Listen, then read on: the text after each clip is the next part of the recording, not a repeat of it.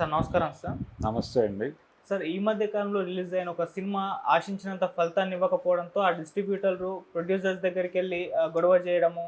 ఆ ప్రొడ్యూసర్ ఏమో హీరో దగ్గరికెళ్ళి రెమ్యునరేషన్ రివర్స్ ఇవ్వాలి. ఎందుకంటే లాస్ట్ ప్రీవియస్ ఫిల్మ్ ఇది హిట్ అవ్వడంతో క్రేజ్ రావడంతో ఒకటేసారి రెమ్యునరేషన్ పెంచేశాడు. ఏకంగా 12,00,00,000 తీసుకున్నాడు. సో అందుకోసం అని చెప్పేసి ఆ హీరో వెనక్కి ఇవ్వాలని చెప్పేసి ఛాంబర్‌కెళ్ళి లొల్లి పెడుతున్నారని చెప్పేసి ఒక వార్త వైరల్ అవుతుంది సార్. ఇప్పుడు నెటిజన్స్ చర్చించుకుంటున్నారు. ఎవరా హీరో? ఏంటా సినిమా అని చెప్పేసి. మరి దీనికి సంబంధించి ఏం వివరాలు ఉన్నాయి సార్? వివరాలు ఏం లేవండి. ఈ ప్రపంచంకి ఒక అనుమానం అయితే ఉంది. జాకేమో అని సిద్ధు జొన్నలగడ్డ వైపు ప్రపంచం చూస్తోంది అనుమానంగా. జాక్ సినిమా బాక్సాఫీస్ దగ్గర దారుణమైనటువంటి ఫలితాన్ని సాధించింది. ఆ ఫలితం సాధించడానికి దర్శకుడు ప్రధానమైనటువంటి బాధ్యత వహించాలి.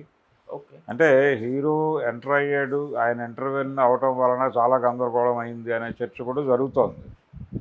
అంటే తన ఇన్వాల్వ్మెంట్ వలన సినిమా అనుకున్నట్టు రాలేదు అనే అభిప్రాయం దర్శకుడు కొన్ని చోట్ల మాట్లాడినట్టుగా ఒక ప్రచారం జరుగుతోంది. అది అధికారికం కాదు, స్పెక్యులేషన్ నడుస్తోంది. ఆయన ఇతన్ని కన్ఫ్యూజ్ చేశాడు అని. అలాగే డైరెక్టర్ గారు కూడా ఆయన చాలా కాలంగా హిట్కు దూరంగా ఉంటున్నాడు. ఈ సినిమాతో కమ్బ్యాక్ అనుకున్నాడు కానీ వర్కౌట్ అవ్వలేదు. ఇది కూడా ఒక డిజాస్టర్ కింద మిగిలింది. అంటే దీనిలో ప్రధానమైన కారణం ఏంటంటే వీళ్ళు అనుకున్న టాపిక్ మంచి టాపిక్ తీసుకుని దాన్ని ఒక అనవసరమైన నేపథ్యంలోకి తీసుకెళ్ళారు. ఆ నేపథ్యంలో చేయాల్సిన పద్ధతిలో సినిమా చేయలేదు. హీరో ఇమేజ్కి తగ్గ పద్ధతిలో కూడా క్యారెక్టర్ నడవలేదు. దాంతో ఏ విధంగా చూసినా ఆ సినిమా ఆడియన్స్ని నిరుత్సాహపరిచింది. ఆ నిరుత్సాహపరిచిన ఫలితంతో ఈ థియేట్రికల్ రైట్స్ కొనుక్కున్న వాళ్ళు మేబీ సఫర్ అయి ఉండొచ్చు. డెఫినెట్గా సఫర్ అవుతారు. ఎందుకంటే వెరీ నెక్స్ట్ డేకే జనం లేరు దానికి.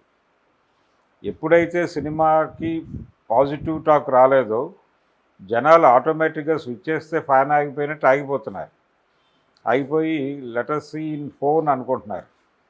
దాన్ని డౌన్లోడ్ చేసి చూసుకుంటున్నారు యూత్.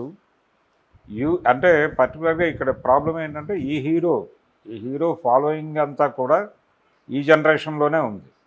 ఈ జనరేషన్ అంతా ఫోనుల్లోనే ఉంది.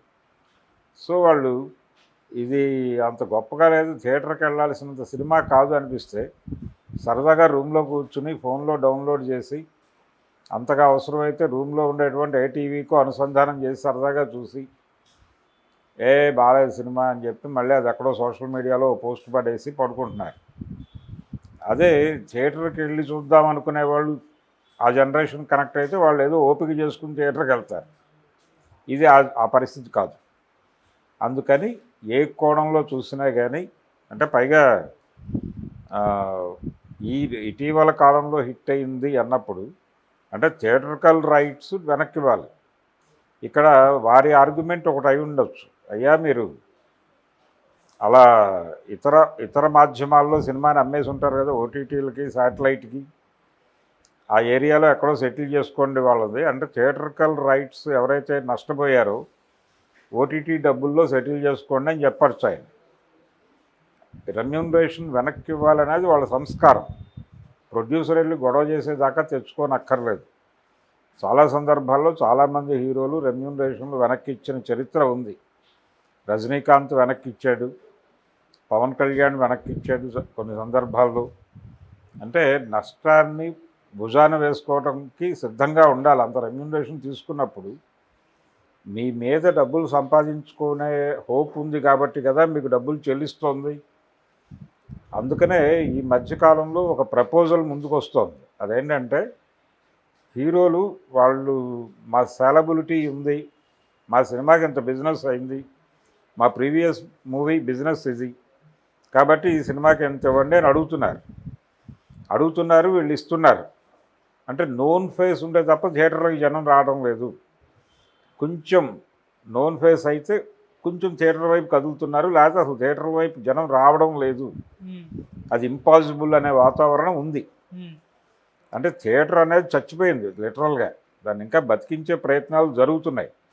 తులసి నీళ్లు పోస్తున్నారు థియేటర్లకి ఒక రకంగా. ఈ కండిషన్ని అంటే ఏ విధంగా చూసినా రేట్లు తగ్గించినా జనం రావట్లేదు. థియేటర్ ఆడియన్ ఫ్రెండ్లీగా ఉండటం లేదు, ఎన్వీగా ఉంటుంది కాబట్టి జనం రావడం లేదు అనే అభిప్రాయం అలాంటి వాళ్ళు మాట్లాడారు. కానీ ప్రజెంట్ రేట్లు తగ్గించినా 112 రూపాయలు చేసినా ఎవరు రావట్లేదు. అక్కడ బాల్కనీ 112 పెడుతున్నారు, అయినప్పటికీ జనం తగ్గుతున్నారు.